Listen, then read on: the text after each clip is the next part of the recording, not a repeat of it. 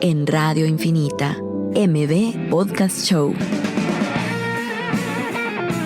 Un espacio para conversar sobre emprendimiento, tecnología e innovación, con emprendedores guatemaltecos que están cambiando el mundo. Conducido por Marcel Barrascut y Pedro Pablo Beltranena. Que lo distinto te encuentre. Esto es MB Podcast Show.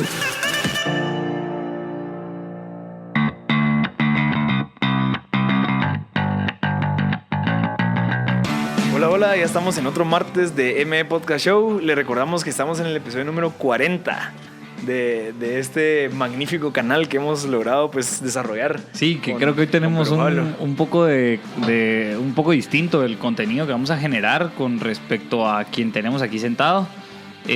Vamos a tener a Roberto González, candidato a alcalde por el partido Creo. Así que pues creo que vamos a apelar bastante a lo humano, ¿verdad? A saber uno con quién estamos lidiando como posible candidato a alcalde o como posible jefe edil, diría. Entonces, pues bienvenidos al episodio 40. ¿verdad? Sí, miren, al final este episodio no queríamos meternos a sacar nada controversial y no queríamos estar hablando de política así como tal, sino que queríamos ver cómo una persona que está a punto o puede estar a punto de agarrar un cargo público, lo podemos asimilar como si fuera cuando alguien contrata a un CEO en una empresa familiar, ¿verdad? Que entra a la empresa y hay procesos, ya hay cosas que se están haciendo, ya hay costumbres, ya hay tradiciones, ya hay algún ambiente establecido. Entonces, ¿qué dificultades se va a tener al momento de pues, empezar a fungir como tal, ¿verdad? Entonces creo que va a ser un enfoque interesante. Yo lo veo bien interesante porque al final entender y conocer a una persona que está pues aspirando a tener un cargo público que nos va a afectar a nosotros, obviamente es bueno saber qué es lo que ha pasado, cuál es su background, ¿verdad? O sea, entender, pero no el enfoque de política que vemos en los debates, sino que de verdad como de verdad querer saber de alguien porque nos interesa y a base de esos intereses encontrar cómo con todo ese background y toda esa experiencia nos va a poder aportar en las necesidades que tenemos los emprendedores o los ciudadanos, ya sea jóvenes o adultos, porque sí, ¿verdad? Necesitamos un cambio. Pues. Sí, Marcelo, yo también creo que es importante entender que en la situación coyuntural en la que estamos, el problema no es tanto técnico, sino humano. Ajá. Entonces creo que también eso fundamenta un poco hacia dónde queremos llegar la conversación y lo que queremos aprender ya sea de él y lo que nos pueda aportar, ¿verdad? Mira, y al final creo que es todo. O sea, al final todo es el humano. O sea, vos puedes tener la empresa con mejores procesos y todo, pero si tienes a la gente desanimada, la gente que tal vez de cierta manera es corrupta en ciertas decisiones o acciones, por más que tengas los procesos va a ser bien difícil crecerla, va a ser bien difícil crear un legado. Digamos, yo ahorita estoy terminando de leer el libro de Tony Hsieh, que es el CEO y, bueno, no sé si es el fundador o uno de los fundadores de Zappos, que es una empresa que compró Amazon de zapatos. Imagínense, una empresa de zapatos que es un producto, un commodity que ya existe, que no es como que están desarrollando o creando el agua azucarada, sino que ellos agarraron en una industria que ya estaba ya estaba bien asentada con estos grandes vendedores y todo, y ellos llegaron a invertir y darle la vuelta a todo el asunto con implementar la parte humana. O sea, todas las empresas vendedoras y distribuidoras de zapatos ya tenían, digamos, toda la parte técnica. Pero llegó esta persona y dijo, no, o sea, aquí hace falta algo, aquí hace falta servicio al cliente, hace falta ese ambiente dentro de la empresa donde la gente se siente orgullosa de trabajar con nosotros, o sea, esa parte humana. Sí, yo creo que hay un montón de papers o de ensayos con respecto a Zappos en internet para que la busquen, y realmente el tema principal es el servicio al cliente. Exacto. Creo que hay un caso inclusive que ganó un premio o algo así del servicio al cliente, que era una persona que llamó a Zappos buscando creo que unos zapatos que ni siquiera vendían ellos, pero como el enfoque del servicio al cliente era tanto en resolverle al cliente, este vendedor o esta persona que estaba atendiendo le consiguió los zapatos que los vendía otra tienda. Ajá. Pero ese era el enfoque, pues, realmente solucionar, y creo que hay bastantes ejemplos. Bueno, no sé si es la misma historia, pero el que estaba llamando, hasta él se hablaba en tercera persona. No sé si es la historia, pero él se hacía llamar como que en tercera persona, como para hacerlo mucho más complicado, y el vendedor le siguió la onda que hasta el final creo que salió ganando. La persona que estaba llamando creo que consiguió como que consiguió un pase VIP para las ventas y compras o como que de un miembro de sapos, pero creo que es súper valioso y al final es algo que tal vez va a ser o no va a ser beneficioso a corto plazo porque realmente hay que invertir y tal vez el invertir mucho en el servicio al cliente va a ser más costoso los productos o el servicio, pero a largo plazo pues pasa esto. Exacto. Entonces va de acuerdo a lo que estás diciendo, que tenemos que enfocarnos ahorita cómo estas personas que están a punto de agarrar un cargo público, por más que tengan todo el conocimiento técnico y todo, cómo van a hacer para cambiar la mentalidad a esas personas que van a trabajar con ellos. No, y aparte creo yo que la incidencia que tienen en nosotros emprendedores es altísima, es de relevante. Sí. ¿Por qué? Porque, ¿qué les digo yo? Una ciclovía o ampliar una ciclovía, por ejemplo, es de reducirnos costos a nosotros emprendedores, ¿verdad? Podernos transportar de una forma más barata, no tengamos que andar pagando el peaje del parqueo en todos los lugares públicos, privados, etcétera. O sea, hay una incidencia directa y muy importante de estas todas normativas, infraestructuras que nos puedan aportar a nosotros emprendedores para reducirnos costos y que de alguna manera nuestra interacción con siguientes personas pues sea más fácil, más barata, más inclusiva, más etcétera. Sí, digamos el fomentar, digamos que es algo que este jueves, por cierto, sale un episodio en mi podcast donde converso con Pedro Cruz, que es una persona que siempre está atrás de qué es lo que está pasando en la política, pero desde un punto neutro. Entonces es bien bonito conversar con él porque él no está como biased hacia algún partido o algo así, sino que él comenta cómo es que nosotros los ciudadanos podemos tomar el control del futuro y la situación actual de cómo estamos. Entonces parte de eso es el fomentar y tomar acción y decir, bueno, yo ahorita acabo de descubrir de que yo vivo en Zona 15. En Zona 15 hay una alcaldía auxiliar en donde vos puedes ir a pedir cosas. Es decir, mire, fíjese que ahí no recogen la basura, X, Y, Z. Entonces, el que vos hagas esa labor, esa gana de querer como que mejorar el área donde vivís, eso es donde empezás. Es donde tenés que empezar. O sea, ahí empezás con tu círculo, empezar con tu vecindario. Si en dado caso ves basura tirada, pues vas y la recoges y la llevas a un basurero. Si en dado caso ves que hay violencia, pues no sé, vas a fomentar a que pongan luces, etcétera, etcétera. Sí. Entonces como que tomar acción. Inclusive otra cosa importante creo yo a poder conversar con estas personas que van hacia un cargo público es el equipo con el que van. Porque creo que es importante saber cuál es su equipo titular, ¿verdad? Y ese equipo titular es como la cultura Netflix, ¿verdad? La cultura Netflix precisamente habla de felicitar, básicamente, o premiar a las personas que se enfocan en hacer un trabajo excelente. Entonces, eso es básicamente lo que creo que también tenemos que saber y esperar respuestas de saber de verdad con qué equipo van y si con ese equipo van a poder ejecutar un trabajo de valor, ¿verdad? Entonces... Perdón que me tuve que ir a una llamada, nos acaba de llamar nuestro invitado que viene un poquito tarde, pero podemos ir conversando con esto. Hay mucho tema, muchachos. O sea, al final creo que lo que estás hablando vos es importante y el hacer conciencia que podemos hacer nosotros los cambios es importante. Entonces, la idea de tener a estas personas invitadas aquí es conocer a quién va a estar detrás o quién puede estar detrás e incluso llevar a conocer a la audiencia de cómo, o sea, al final no sé, creo que lo que estás hablando es de que tener este puesto es como manejar una empresa, tienes que manejar gente, tienes que manejar recursos, administrar, pues proyectar de cierta manera, liderar. Entonces, ¿cómo podemos aprender nosotros los emprendedores de una persona que va a tomar un cargo público, no sé, de 5,000 personas bajo su mando? ¿Cómo lo va a hacer? O sea, ¿qué habilidades va a hacer? ¿Qué libros lee para poder prepararse? Porque no creo que sea tan fácil. Hay una ecuación interesante que dicen las personas que van a un cargo público y es de que la cantidad de empleados públicos que son, o sea, que están de acuerdo o son fieles a estos líderes. Por ejemplo, que un presidente tenga 5,000 empleados públicos dentro de cualquier, ahí sí que de cualquier puesto, y que le sea fiel a este presidente es una manera de sí poder ejecutar los cambios que este presidente o líder al cargo público quiere ir a poder ejecutar. Entonces, ¿con qué equipo cuenta? ¿Cuántas personas ya cuenta él? Y si de verdad tiene esa posibilidad de ir a tomar ese cargo y poder ejecutar cambios que son los que estamos esperando. Cabal. Y vos dijiste, o sea, enfocarnos en el cómo. O sea, no tanto en sí, que voy a hacer esto, no. O sea, bueno, está bien, qué bonito que lo quiera hacer. Y un montón de gente quiere hacer un montón de cosas. Y yo conozco un montón de emprendedores que se han quedado parados porque quieren y quieren y quieren. Pero cómo lo van a hacer es lo complicado. Porque si me estás diciendo a mí que vas a hacer X, Y, Z solo para que yo te dé el voto, o sea, es bien complicado, pues, a que me digas, mira, así lo voy a hacer. O sea, este es el proceso que yo voy a implementar para que en 3 años tal vez esto cambie. Exacto. Pero ya a paso, no solamente sí, queremos hacer esto, porque qué fácil es decirlo. Yo estaba viendo el debate y todos eran sí, vamos a hacer esto y vamos a cambiar aquello. Ok, pero sentate y explícanos cómo lo vas a hacer. Cabal, otra cosa que creo que es importante entender y poder resolver es el tema de los intereses.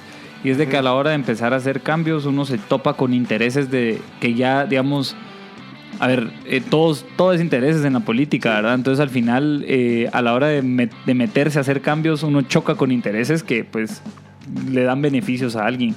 Entonces tenés que tener un equipo, una disposición y un apoyo de ejecución para poder sí ir a hacer esos cambios de intereses, y tener el suficiente carácter y fuerza para poder delimitar los intereses a un punto en el que los cambios se hagan y no se queden a medias, ¿no? Y fíjate que es interesante porque también no solamente tenemos que pensar en el equipo de gente que tenés, sino que quién está con vos, me explico, o sea, digamos, yo no sé, pero yo me he dado cuenta mucho en las personas que yo admiro y que sigo, que su pareja, ya sea pues hombre o mujer, la pareja con la que está con vos durante esos momentos difíciles, porque van a haber momentos difíciles, eso es garantizado, van a haber penas, van a haber pues problemas, van a haber un montón de cosas, pero ¿quién es la persona que está atrás contigo?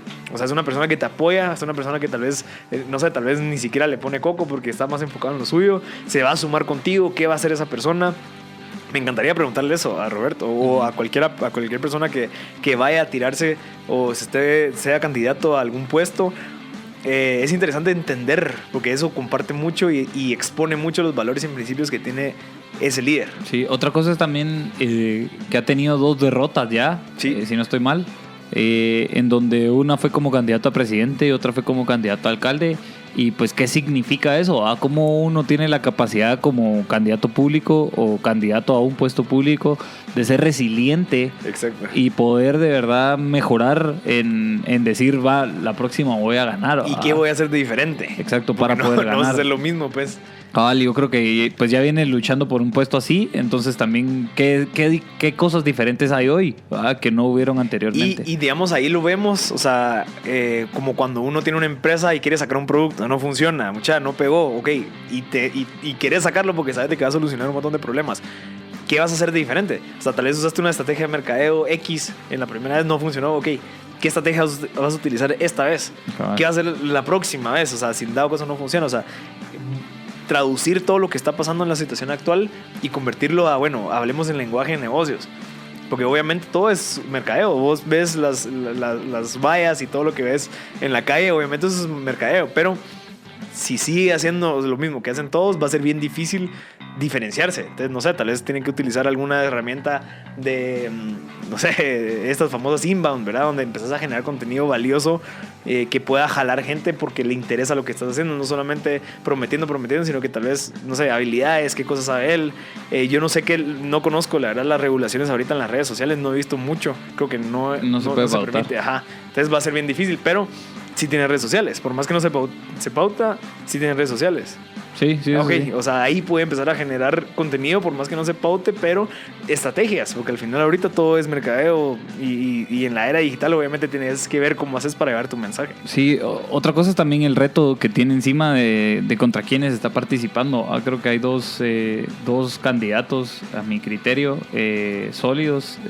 Uno, Quiñones, pues sólido por el hecho de que tiene una infraestructura detrás que lo apoya básicamente y que ha estado atrás del exalcalde y estuvo ahí durante años, entonces digamos que de alguna manera hay bastantes personas fieles a su administración.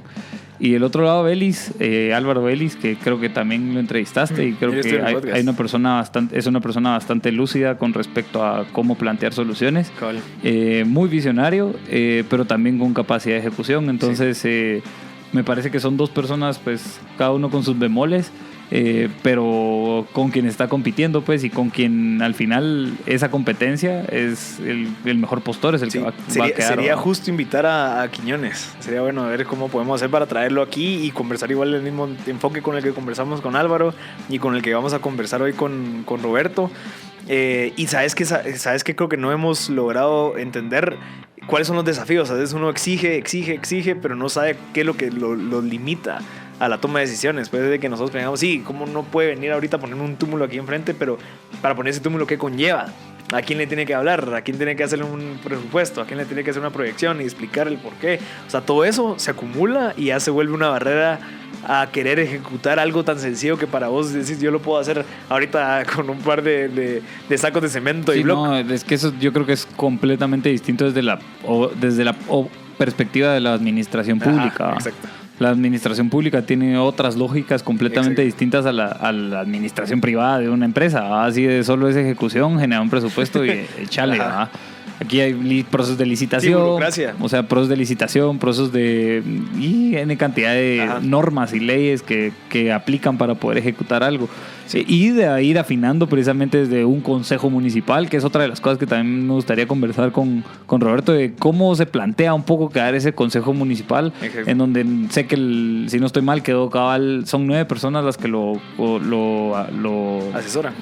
Están en él, y 3 quedaron la vez pasada del partido, creo, y creo que 6 quedaron del partido de Unionista. Entonces, ¿cómo se entrampan las decisiones por ese tipo de decisiones que al final termina funcionando como una junta directiva, digamos, un homólogo, una junta directiva en términos privados? O sea, y ahí donde vemos, entonces cómo él puede transmitir y vender sus ideas para que la gente le haga caso. Entonces, son tips que vamos a poder traducir a cómo lo podemos aplicar a nuestra empresa. Así que vamos a ir a un corte y esperamos, que probablemente va a ser en el tercer segmento que vamos a tener a Roberto. Así que en el otro, pues vamos a conversar un poquito más sobre qué es lo que está pasando ahorita en nuestros emprendimientos y cómo hemos ido mejorando y aprendiendo. Así que sintonícenos después del corte.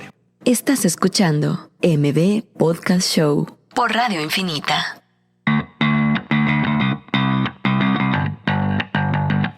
Ya estamos listos en otro segmento de M Podcast Show. Le recordamos que es un espacio en donde vamos a conversar con emprendedores, innovadores, líderes en muchas áreas. En el día de hoy pues vamos a tener como invitado, en 15 minutos esperamos, a Roberto Canela, que es uno de los candidatos a la alcaldía de la ciudad de Guatemala. La idea con él es conversar sobre cómo él ve, digamos, el postularse a ser alcalde, obviamente, pero traducir todo lo que nos está diciendo a una manera de cómo podemos verlo como cuando se está metiendo en una empresa. ¿Qué habilidades tiene? ¿Qué herramientas, qué estrategias va a utilizar de mercadeo? ¿Cómo va a manejar la gente? ¿Cómo lo va a liderar? Porque obviamente se está metiendo dentro de algo que ya existe. Y esas son las dificultades de los CEOs cuando uno los contrata y que es una empresa familiar, digamos, que lleva 20, 50, 30 años y que se tiene que acoplar y cambiarle como que la mentalidad, porque como decía pero Pablo, no es solo la parte técnica de cómo o qué herramientas voy a utilizar, sino que cómo voy a liderar y motivar a la parte humana, que es lo más importante, siento yo. Sí, un tema que me llamaba la atención con respecto al tema de emprendimiento es el famoso CME, que es los centros municipales de emprendimiento. Los centros municipales de emprendimiento, y en qué estatus están, digamos, actualmente, y creo que, bueno, lograron de alguna manera sacar algunos negocios, ¿verdad? De una etapa de aceleración, si no estoy mal, ofrecían un servicio de mentoring, y de prototipaje, o de cosas así. Si en dado caso alguien sabe información, llámenos y que nos pueda conversar sobre esto. Creo que estos centros municipales de emprendimiento pues fueron una primera iniciativa de cara a nosotros emprendedores, ¿verdad? Creo que hay obviamente bastantes iniciativas con mucha más fuerza, privadas que públicas con respecto al emprendimiento, pero claramente está en nuestro interés que iniciativas públicas privadas pues empiecen a tomar fuerza. Entonces, pues si hay algún plan de esos, también empezarlos a saber, porque creo que un país o una ciudad inclusive solo mejora con respecto a la integración de todas las distintas aristas de poder, ¿verdad? Que hay. Entonces ese podría ser otro tema interesante a saber, qué podemos esperar nosotros de eso con respecto a nosotros emprendedores, ¿verdad? Si no estoy mal, en Israel o en Holanda, una de las cosas que hacen en los ecosistemas de emprendimiento es unir a las startups, a la academia y al Estado, ¿verdad? Y bueno, y a la academia, corporaciones, Estado, son como 5 aristas de frente, ¿verdad? Y lo que hacen es integrarlas, ¿verdad? Hay una de estas cosas que surgen, son los centros de emprendimiento o los coworking spaces públicos privados, con el fin de que estén cerca de la civilización o cerca de la ciudad habitada, ¿verdad? Entonces una de las ideas inclusive que surgían era precisamente hacer un centro de emprendimiento cerca de las ciclovías y de las vías públicas. O de las que tengan acceso a través del transporte público de la ciudad. ¿Por qué? Porque eso vos como emprendedor te ahorra costos, que era un poco lo que platicábamos anteriormente. Poder llegar en un transporte público o inclusive en tu bici te va a ahorrar el costo de tener que andar pagando parqueos, por ejemplo, gasolina, de tener que andar pagando depreciación, gasolina o seguro que le pase algo a tu carro, ¿va? Y cómo de esa manera se van integrando, ¿va? Entonces, ¿qué puedes hacer con esos costos reducidos? Es poder ir más días a trabajar de una forma en formato de emprendedor, ¿verdad? Exacto. Y eso creo que me parece súper, pues muy sólido en la manera de cómo un emprendedor convive con la ciudad, ¿verdad? Ya tenemos el aspecto legal que bien platicamos la vez pasada con la sociedad de emprendimiento, que obviamente es un vehículo legal que está empezando y que ya en la aplicación vamos a ver cómo funciona, si nos va bien o nos va mal, ¿verdad? Como bien lo hizo Francia con que pagar €1 y te inscribís como emprendedor y entonces puedes tener una actividad económica. Obviamente es un vehículo mucho más sencillo, increíble, llegando a un punto súper simple, pero en fin, eso es para el área legal. Sí. Lo que creo que a nosotros nos interesa también saber es desde la perspectiva de como emprendedor y nuestra interacción con la ciudad, cómo de verdad se nos van a facilitar situaciones, ¿verdad? Fíjate que me encanta esa idea porque sí, yo he estado en el CME, me encantó porque al final empezaron ese proyecto, tal vez hace como 4 años o más, en la zona 1, una ubicación en donde podías converger con muchas personas de diferentes estatus, ¿verdad? O sea, gente de la zona 1 y a gente de otras áreas a exponer y pues obviamente a recibir esa información me parece excelente.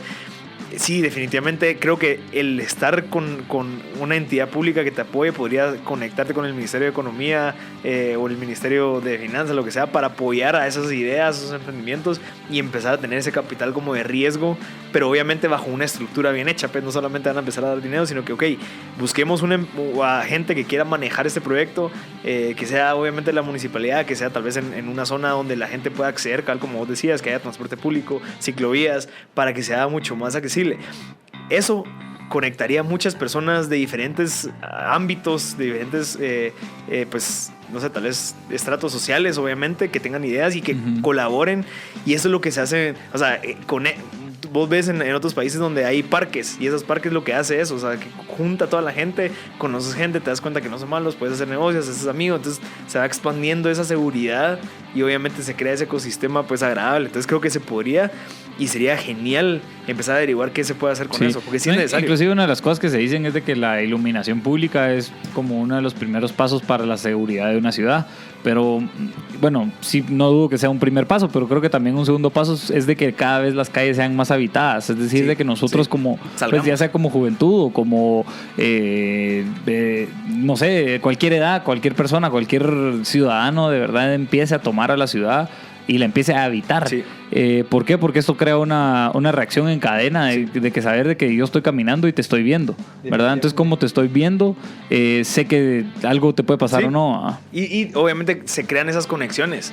O sea, digamos, yo tengo el caso, yo salgo a pasear a mi perro todas las noches y me encuentro con otras personas que pasean a su perro, entonces los perros se quedan, platicas con ellos. Al final paramos siendo un grupo de WhatsApp donde nos juntamos todas las noches en un parque que tal vez está oscuro, pero como hay mucha gente, salimos todos, entonces ves a gente en bicicleta, o sea, se crea esa comunidad y obviamente ya se empieza a crear como que ese grupo en donde, bueno, vamos a la alcaldía, que es con lo que empezamos, ¿verdad? Que querés ir a la alcaldía auxiliar que está aquí en esta zona, anda a preguntar qué puede hacer, mire, qué derecho tenemos nosotros o qué podemos hacer nosotros para cambiar donde vivimos, porque obviamente hay basura, pues a veces pasan los carros muy rápidos o hay un par de comercios ahí que tal vez no deberían de estar ahí, o sea, empezar a luchar y adueñarte de tu área para dar el ejemplo y así toda la gente empieza a hacer eso y se quedan esas como ciudades seguras. Sí, yo creo que platicamos pues ya bastante de cómo iniciamos o qué expectativas deberíamos de tener, ¿verdad? Con respecto a cualquier jefe edil que prosiga para los siguientes años. Entonces, pues ahí sí que esperamos respuestas con respecto a esto y también escuchar un poco la propuesta desde esta óptica. Y recuérdense que la idea no es hacerlo de algún ámbito como de controversia y querer sacar información que tal vez no va a ser de nada bueno, sino que es solamente como, o sea, estar aplicando un puesto así obviamente es complicado, obviamente requiere cierto valor, obviamente requiere cierta responsabilidad. Ok, ¿cómo lo va a hacer? ¿Qué herramientas va a utilizar? cómo lo va a aplicar, o sea, porque al final el famoso cómo es lo más importante. O sea, me puedes decir 1000 veces qué vas a hacer, pero cómo lo vas a hacer es lo valioso. Sí, y gracias aquí a las personas que nos han escrito en WhatsApp, Sí, que ya tenemos bastantes preguntas ahí de personas interesadas en básicamente escuchar propuestas con respecto al emprendimiento, así que esperemos poder ser hasta y sabe que escríbanos, nos pueden escribir ahorita al 5741-1290 qué les gustaría que hubiera. O sea, me encantaría saber desde su punto de vista como emprendedores o gente que quiere empezar a emprender, qué creen que podría facilitarles a ustedes el desarrollo de sus ideas, de sus proyectos, ese networking, crear valor, generar valor a las demás empresas, y los podríamos hablar y preguntar cómo se podrían hacer y qué es lo que va a hacer para poder aplicarlo, porque eso sería genial. Cabal, repetimos, el WhatsApp es el 5741-1290 y esperamos responder cabal a todas las preguntas ya ahorita que venga Roberto. Sí, perfecto. Ya está nuestro invitado, entonces vamos a ir a un corte y regresamos ya con el invitado en un par de minutos. Gracias. Ya estamos de vuelta en el penúltimo segmento de M Podcast Show. Ya tenemos a nuestro invitado aquí, a Roberto. Roberto, ¿cómo está? Muy bien, bueno, aquí corriendo con ustedes. Muchísimas gracias y sobre todo un saludo a toda la audiencia que ustedes tienen. Gracias. Temas tan importantes. Mire, y no se preocupe si en dado caso viene un poco tarde, entendemos. O sea, al final del día del emprendedor o del empresario obviamente es corrido y pues así es.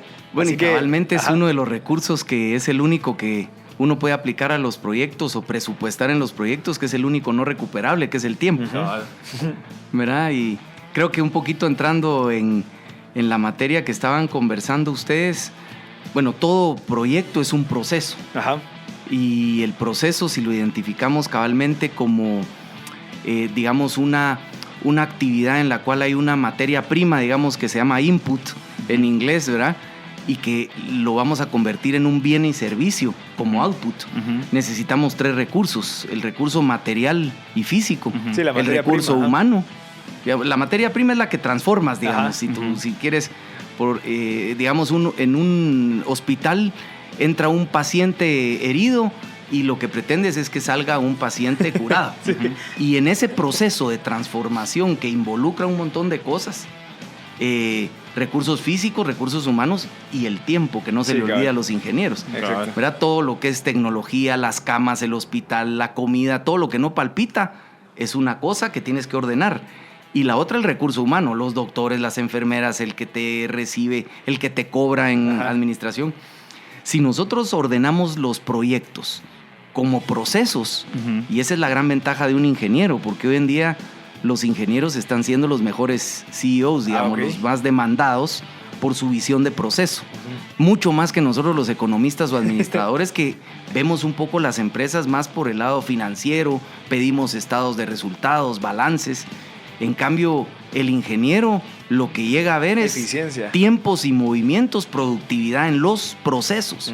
Cómo entró a la emergencia, cómo de la emergencia lo metieron a encamamiento, dónde hacen los exámenes de laboratorio. Por dar un ejemplo cabal de lo que se me viene a la mente, pero toda actividad la puedes circunscribir a un proceso. Hasta un servicio religioso, donde hay una persona que quiere recibir el Espíritu Santo y estar a vida de la vivencia, digamos, de su fe, digamos, del Señor, pues tienes una alabanza, tienes una prédica, tienes esto y lo otro, y sales fortalecido espiritualmente.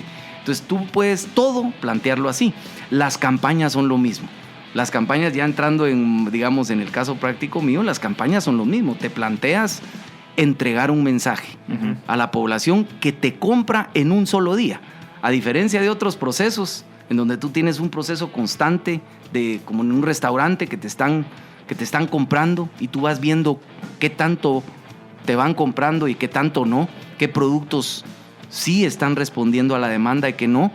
Aquí tú tienes un solo momento de venta. Exacto. Y esta es mi tercera vez, este es mi tercer intento eso de venta. Vamos a hablar. Pero mire, si quieren empecemos con lo que queríamos empezar, que era la parte del background. O sea, queremos empezar a saber un poquito más de usted. ¿De quién es Roberto González? Y también una clave que no sé si lo comparte mucho, pero ¿quién lo acompaña? O sea, ¿quién es su equipo? Claro. Tal vez el más cercano, hablando ya sea de su pareja, sus hijos, lo que sea. Como que eso es una parte fundamental del equipo. Claro. Que es quien está detrás para las buenas y para las malas. Así que cuéntanos un poquito. Sí, solo me gustaría agregar precisamente que creemos de que uno de los problemas principales ahorita en la coyuntura ya no necesariamente es el tema técnico, sino quizás también es el tema humano.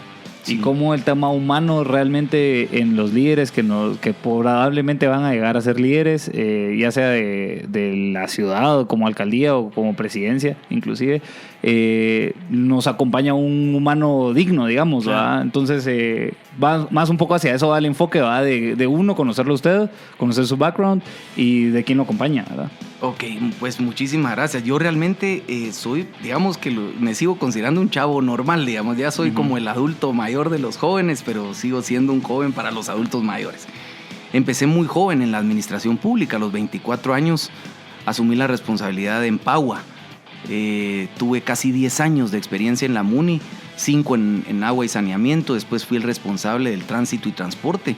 Me tocó fundar EMETRA, la Policía Municipal de Tránsito, introducir el cambio de semáforos, las paradas con MUPIs, los taxis rotativos, los gusanos, que fueron los buses dobles, digamos, que se conocieron 10 años después como Transmetro, pero ya venían con el propósito de implementar lo que ya Curitiba, Brasil, Bogotá, Ecuador, México y varios lugares estaban implementando, esos metros superficiales.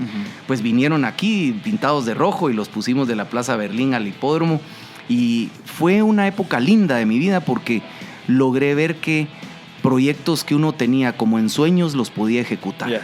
10 años. Luego fui concejal en la MUNI, que cierran esos 15 años de mi vida en la municipalidad. Pero también fui ministro de Energía.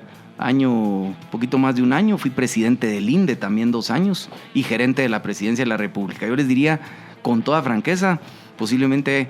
Hay pocas personas que han tenido la experiencia que yo he tenido de vida de estar en todos estos cargos. ¿Y qué lo llevó a agarrar esos cargos? O sea, ¿usted estudió economía? Yo estudié economía en la Universidad Marroquín. ¿Qué decisión tomó para meterse? O sea, decir, bueno, que no hará un trabajo, sino que me invento trabajar. Vieras que de hecho en la Marro sale uno como medio odiando al Estado. Uno ve al Estado, digamos, como Leviatán. Si alguien ha leído a Hobbes, ¿verdad? Es el Leviatán.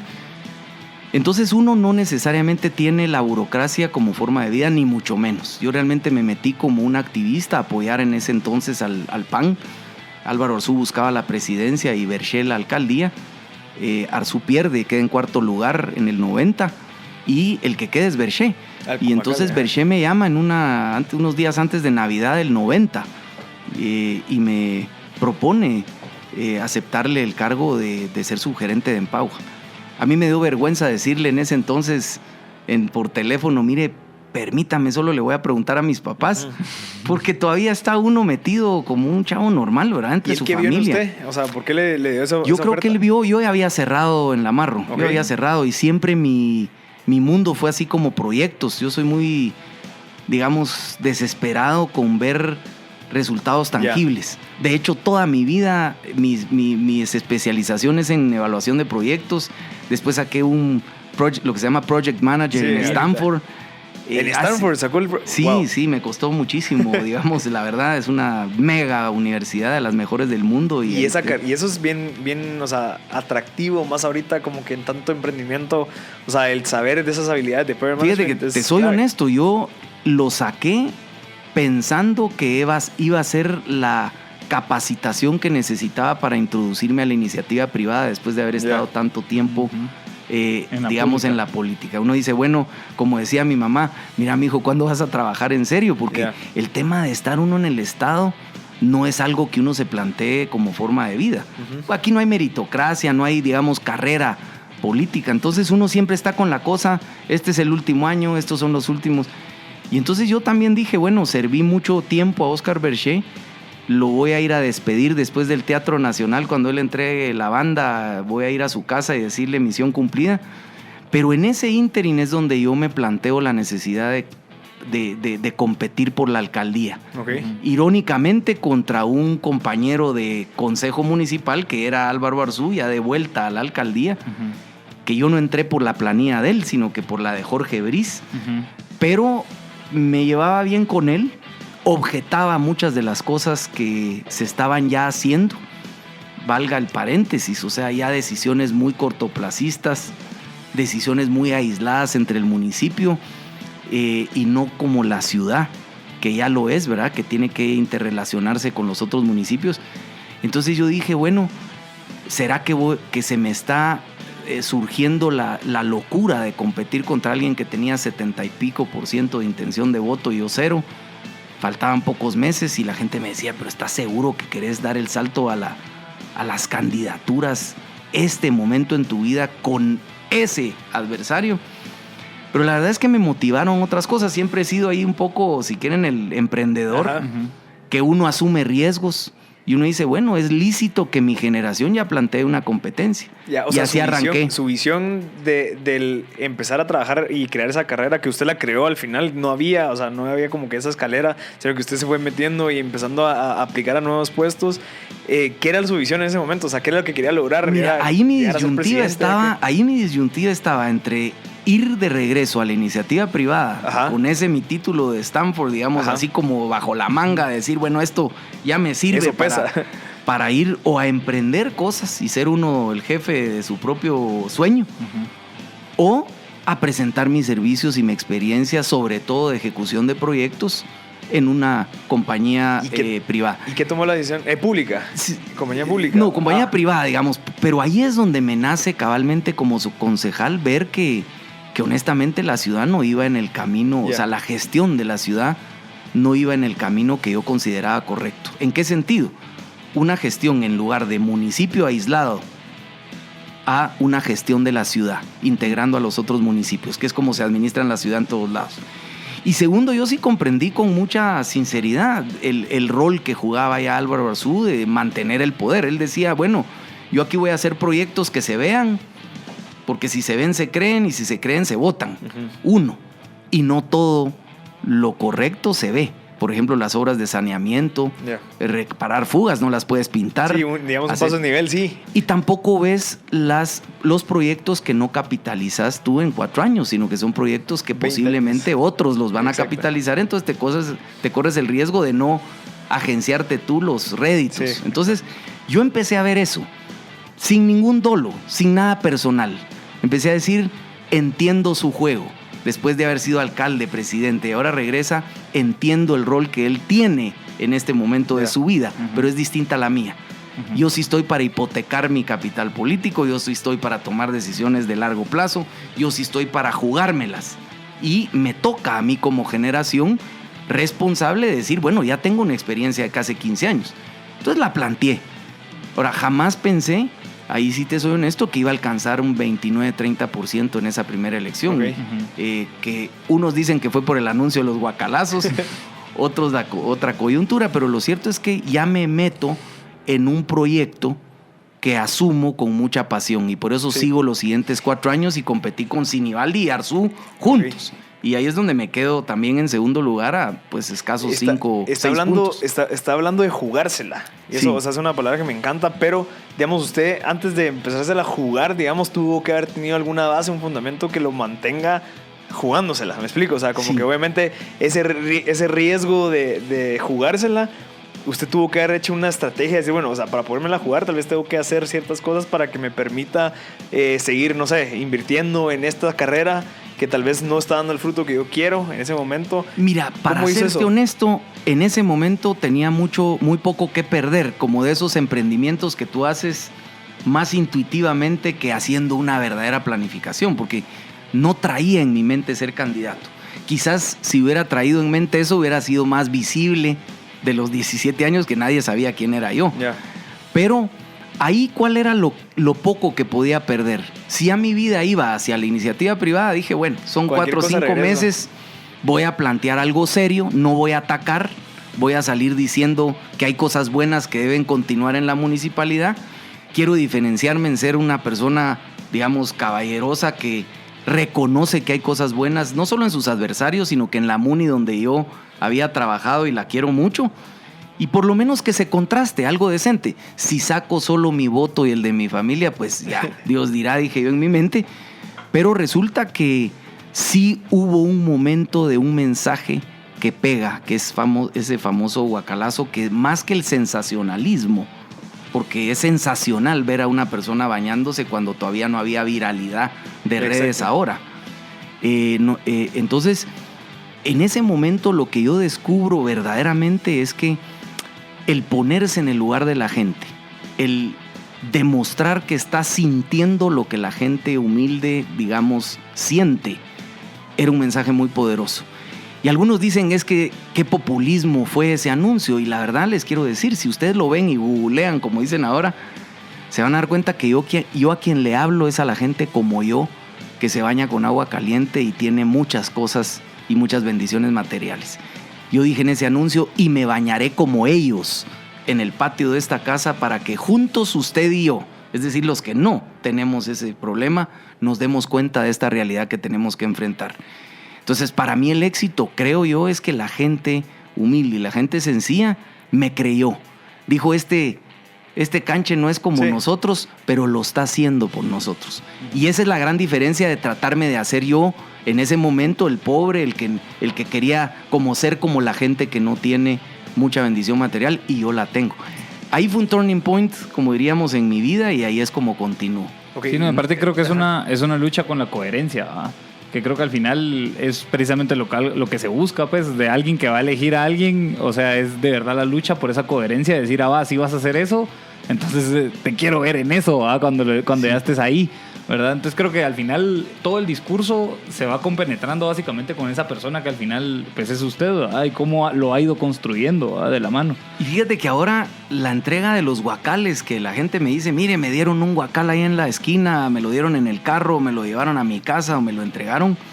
Para mí más que un souvenir, porque no es estar entregando un pachón o estar entregando una pluma o una gorra. La verdad es, para mí, es la significancia de esa necesidad de los que tenemos de ponernos en el lugar de la gente. Para mí es decirle, mire, este guacal me significa a mí no solo el problema de falta de agua, sino que su tráfico, su transporte, su basura, se volvió una especie, digamos, de ceremonia para mí. Perfecto. Pero mercadológicamente, pues, eso sí, servido. Definitivamente. Vamos a ir un corte y regresamos con el último segmento de MB Podcast Show. Esto es MB Podcast Show con Marcel Barrascut y Pedro Pablo Beltranena.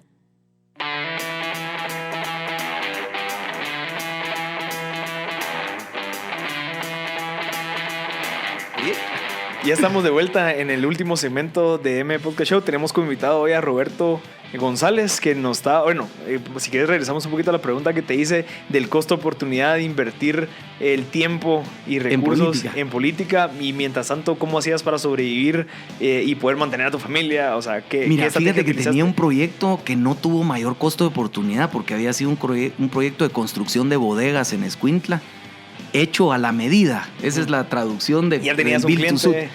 Tenías un cliente que requería en ese particular lugar 12,000 y pico de metros cuadrados de almacenaje para un centro logístico. Entonces con mi suegro, que a él fue a quien lo abordan, me planteó la necesidad de armar toda la ingeniería financiera. Esto te estoy hablando fue en 1995. Se armó. Y entonces ya para cuando habían pasado 12 años, 13 años del Build to Suit, ya estaba casi libre. O sea, se pagó en 11 años. Y a los 11 años, entonces, tanto mi suegro como tu servidor, en sus porcentajes, empezamos a recibir una renta. Digamos, de esos ingresos de viejito, le decía yo, porque yo ya estaba así como recibir. ¿De qué vive usted? Pues por lo menos, entre otras cosas, de ese proyecto.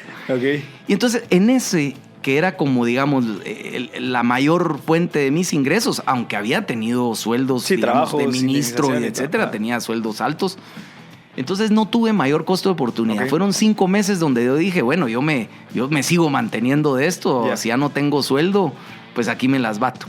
Y así fue. Cuando termina la campaña, tú a los 15 días o a las 3 semanas estás pagando la colegiatura de tus hijos, estás pagándole a tu servicio doméstico, tienes que pagar las cosas.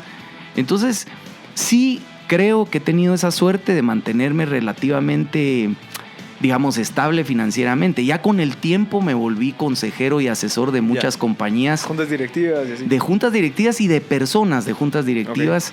En temas de gobernanza, digamos, si tú ves ahora el mundo y ustedes han de estar muy embebidos de esto, Hoy en día las transnacionales o las empresas grandes hasta invitan presidentes o exministros para que estén en las juntas directivas, porque ya la iniciativa pública afecta mucho la iniciativa privada en clima de negocios, competitividad. Entonces tú les estás explicando a los directores cómo funcionan las leyes, cómo está funcionando el Congreso, quién es quién, sobre todo es quién es quién. Y hay un límite, ¿me entiendes? Porque aquí en Guatemala, por ejemplo, la función del lobista, ¿has visto? Que ya es el lobby, que en otros países está reglamentado. Aquí está hasta mal visto, o sea, pero uno les da buenos consejos que se ahorran un montón en abogados que a veces contratan para temas como estos, como tramitología, licencias o líos sociales, ambientales, todo esto. Entonces me empezó a agenciar una demanda profesional de mi tiempo. Pero en el fondo te soy también muy honesto, y lo digo abiertamente, ya los últimos años, con todo este tema, digamos, también de CICIG y un poco que el sector privado se asustó, digamos, de todo lo que estaba sucediendo, ya empecé yo a ver que ya más mis temas y mis pláticas de consejería ya eran temas más de conflictos y de lo que se llama compliance. Y es un tema más de abogados. Ya uno, no es porque uno quiera adoptar el estrés de otros, pero ya no es exactamente la ejecución y de proyectos, que es lo que a mí me gusta. Yo tenía dos preguntas, o tal vez enfocar un poco este cierre hacia dos cosas. Uno, el tema de los concejales y la junta directiva, y cómo, ya que participó en ese consejo municipal, creo que es un homólogo a esas juntas directivas, ¿verdad? En donde se van entrampando decisiones, o hay agendas hacia un lado que jalan hacia otro. Entonces, ¿cómo ese líder puede empujar hacia un lugar la agenda y encontrar consensos, ¿verdad? Y que al final es esa gobernanza, hay como al final esos votos, decisiones, pues iban pudiendo ejecutar. Eso sería lo primero. Y lo segundo sería como las aristas de su propuesta como alcaldía. Y dentro de esas aristas o de esos puntos específicos como de integración, sería el del emprendedor. Cómo un emprendedor o nosotros nos vamos a ir integrando con la ciudad, ¿verdad? Como emprendedores. Entonces, pues por ahí va, para ir enfocando la conversación. Te cuento rápidamente. Uno, hacer un consejo es hacer tu line-up. ¿Quién picha? ¿Quién es shortstop? ¿Quién es primera base? ¿Quién es fielder? ¿Quién es catcher? Entonces yo armé, digamos, en mi planilla, digamos, Alejandro Maldonado de Síndico 1 es un experto en riesgo. Él fue el director de Conred. Es un tipo que cuando la peor pesadilla, me imagino, de un alcalde es tener una catástrofe y levantarte a las 2, 3 de la mañana por radios y que te digan aquí hubo un terremoto o hubo una catástrofe de alguna índole. Tú necesitas tener ese pitcher. Y Alejandro Maldonado es una persona experta en gestión de catástrofes, pero también de gestión de la parte preventiva, de mitigación de riesgos. Era un must. Segundo, Rosa María Botrán, que entró por la planilla de Veneno de Luis Enrique Cruz, pero ya agarró experiencia. Es una concejal muy arrecha, muy fiscalizadora, de mucho carácter. La busqué específicamente por su experiencia. Y digo, mire, la vida le da revanchas. Espero que continúe conmigo. Yo no la conocía mucho, pero creo que es una persona ya con experiencia y la necesito, porque ya fue concejal. Otro concejal que también ya está es Pablo Porojo. ¿Quién es él? Una persona que nació en la terminal, que conoce las vivencias de mercados de la gente, de la economía informal, de la gente humilde, y uno necesita esa guía, porque uno muchas veces cree que sabe lo que la gente sencilla quiere y no es así. Entonces es muy importante él. Richard Lee es el concejal primero. Digamos que uno de los cargos más importantes es el vicealcalde. Él tiene una formación extraordinaria en gestión y formulación de proyectos, en fusiones, adquisiciones, en manejo de inversiones. Hoy todo el mundo le pregunta, mire, qué bonito todos sus proyectos, pero ¿con qué dinero? Pues le quiero agregar que parte del trabajo que uno tiene que llegar ahí es conseguir el capital. Capital público, capital privado o mixto. Entonces, para eso necesitas también pitchers que sepan de levantamientos de capital, de establecimiento, digamos, de colocación de bonos, de créditos internacionales, de relaciones con el sector privado para que su costo de capital sea mínimo y certeza jurídica en los contratos a futuro. ¿Me cachas? Entonces todo el mundo dice, bueno, qué linda su cartera usted. Qué linda toda esa cartera. ¿Y ahora de dónde? Si no hay un solo centavo en la municipalidad. O lo asumís que no lo hay. Puro presupuesto base cero. ¿Verdad? Llegas a cero, ¿cómo haces? Yo, por ejemplo, cuando fundé Metra, No había un solo centavo para paradas.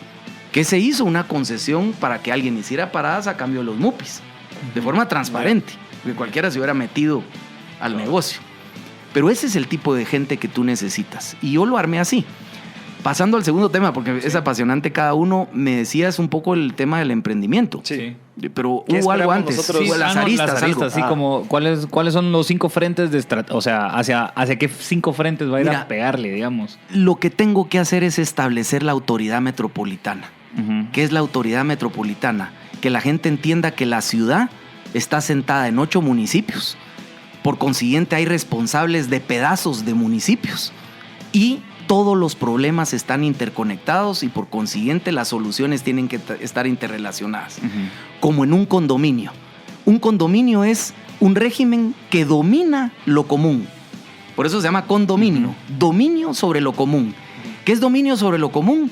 Tu salón social, el horario que dejen limpio, que no se excedan hasta las 5 de la mañana con la bulla en el condominio, el parqueo, quién le paga a los de la garita, todo lo que nos es común. ¿A quién se lo delegamos? Al comité. Al administrador que le paga el comité, ¿verdad? Porque al administrador le pagan como a los de la garita. Sí. Ese comité lo elegimos democráticamente en un régimen de condominio. Pues Guate es un condominio de 8 municipalidades que no tiene el comité. Tenemos cosas en común y entonces no tenemos la autoridad de la ciudad. Y esto no me lo estoy inventando yo. Está en la Constitución, en el artículo 231, y así se administran las ciudades en el mundo. Solo doy un dato rápido. Ustedes saben que entre Boston y Washington ya hay una autoridad. Hay 7 o 9 megaciudades, entre ellas Filadelfia, Nueva York y otras. Boston, Washington, Baltimore. Ya hay una autoridad de la megalópolis más grande del mundo. ¿Por qué? Porque ya hay cosas en común, ya entre ellos ya se interrelacionaron a nivel urbano. Pues Guate es igual. Entonces, ese es el verdadero salto que yo quiero que la gente entienda. Que esa es la forma en que tenemos que administrar la ciudad y no de una manera aislada, haciendo que cada alcalde o poniendo veladoras para que cada alcalde se lleve bien con el vecino. Eso no puede ser así. Bueno, ahí te resumo, me encantaría ampliarles un poquito más de eso, pero llevo 12 años vociferando de esa autoridad metropolitana. Tercero, el emprendimiento. Yo te diría, honestamente, desde la MUNI, desde el gobierno local, ¿qué puede uno contribuir al emprendimiento de gente como ustedes y muchos de los que los escuchan? ¿Saben cuál es? No es que la MUNI ponga una oficina para ayudarte a hacer bien tu negocio, que esa es la tentación que uno tiene, que detrás de un escritorio yo voy a saber de los bienes y servicios y de las oportunidades que tú ya viste. Y te voy a enseñar. ¿A cuente qué? Ahí coartas un poco el emprendimiento. ¿Sabes en qué sí te puedo ayudar? En proveerte de miles de problemas que los vecinos tienen. Porque un proyecto de proveeduría de bienes y servicios, que es un emprendimiento, es para solucionar un problema. Si tú tienes calor, yo te vendo helados, te vendo aire acondicionado, te vendo un soplador, te vendo una granizada para que se te quite el calor. Si tienes fríos, te vendo suéter. Si está lloviendo, te vendo una capa. Si compras una moto, yo te vendo un complementario que es un casco, ¿verdad? Uno lo que debe decirle a la sociedad es, mire, tengo este problema aquí, tengo este problema aquí, tengo este problema aquí, y surge el emprendimiento de una manera extraordinaria. Y a eso le llamo yo soluciones privadas para problemas públicos. Si tú logras emprendimiento de que el privado nos solucione la vida y además solucione los problemas públicos, sería una era de emprendimiento extraordinaria. Y ahí es donde te digo, ¿usted necesita gente que tenga una parada para subirse un bus? Sí. ¿Y yo puedo poner la publicidad aquí? Sí. Yo le hago la parada. Si haces de forma transparente ese manejo, yo creo que el emprendimiento... ¿Y ese contacto con quién sería? Digamos, ¿a quién o cómo funcionaría? Yo quisiera estar dándole estadísticas, sites bien abiertos, donde tú dices, mira, tengo cola. Nota, si hay un verdadero emprendedor, ve una cola y dice cómo la soluciono. ¿Qué solución le doy a esto? Y ahí viene el emprendimiento. Y vas a ver que va a venir un bien o un servicio. Si tienes calor, si tienes frío, si estás incómodo, si no te escuchan, si tienes contaminación visual, si tienes contaminación auditiva, si te está llegando el humo de una carnicería, ¿verdad? ahí hay un montón de oportunidades que se pueden lograr para mitigar lo que se llaman costos de convivencia, porque en la medida en que vivimos en ciudades, tenemos más información. Se supone que tenemos más información, pero tenemos más problemas entre nosotros. Y para ser un poco concreto con respecto a ese punto, ¿cómo se pretende? Creo que existe el CME, ¿verdad? Que son los centros municipales de emprendimiento, precisamente como ese lugar, ¿verdad? Que de alguna manera tal vez no es el rol del Estado, de la municipalidad, pero entonces... ¿cómo se ¿Sabes en qué cómo se concreto? Proveerían estos Haz de problemas? caso que quieres tú pones ahorita un local, quieres poner una tu cevichería, quieres poner un bar, quieres poner un restaurante, quieres traer vestidos de novia para que se vendan en la época de graduación. Tú normalmente necesitas el flujo, donde hay gente. Yo quisiera que la gente se meta a un site ahorita de Metra y diga, aquí pasan 22,000 carros de 11 a 1 p.m. Transparencia con los datos de la municipalidad. Transparencia con los datos. Lo que tú necesitas es dónde está el cliente y qué siente el cliente, ¿verdad? Tú dices, bueno, ya de aquí del sitio de Metra ya vi que de Carretera al Salvador solo el 20% regresa. Pero ¿qué pasa si yo hago aquí un restaurante a medio camino donde regrese pero se junte? ¿Me entiendes? Sí. O los colegios. Mire, del colegio se van a karate, después se van a danza. Mire, ¿y por qué entonces no pongo aquí un centro multidisciplinario de academia cercano a tales y tales colegios? Porque ya la información me la dio la municipalidad. Yo lo que quiero es dar mucha información para que con esa información la gente se le venga el foco. Reducir los costos de convivencia. Pero yo detrás de un escritorio, pretendiendo proveer el foco, a cuenta de que es arrogancia, si el emprendimiento nace de la gente. Yo lo que tengo que dar es esa info, no sé si me explico. Entendido. Mira, perdón, lastimosamente tenemos que terminar ya, se nos acabó el tiempo. Gracias por tu presencia, creo que excelente. Hizo falta miles de preguntas, pero probablemente vamos a ver cómo hacemos para poder seguir conversando. Hay opciones y como somos emprendedores vamos a solucionarlo, así que eso, mero. Gracias y este fue tu episodio de M Podcast Show.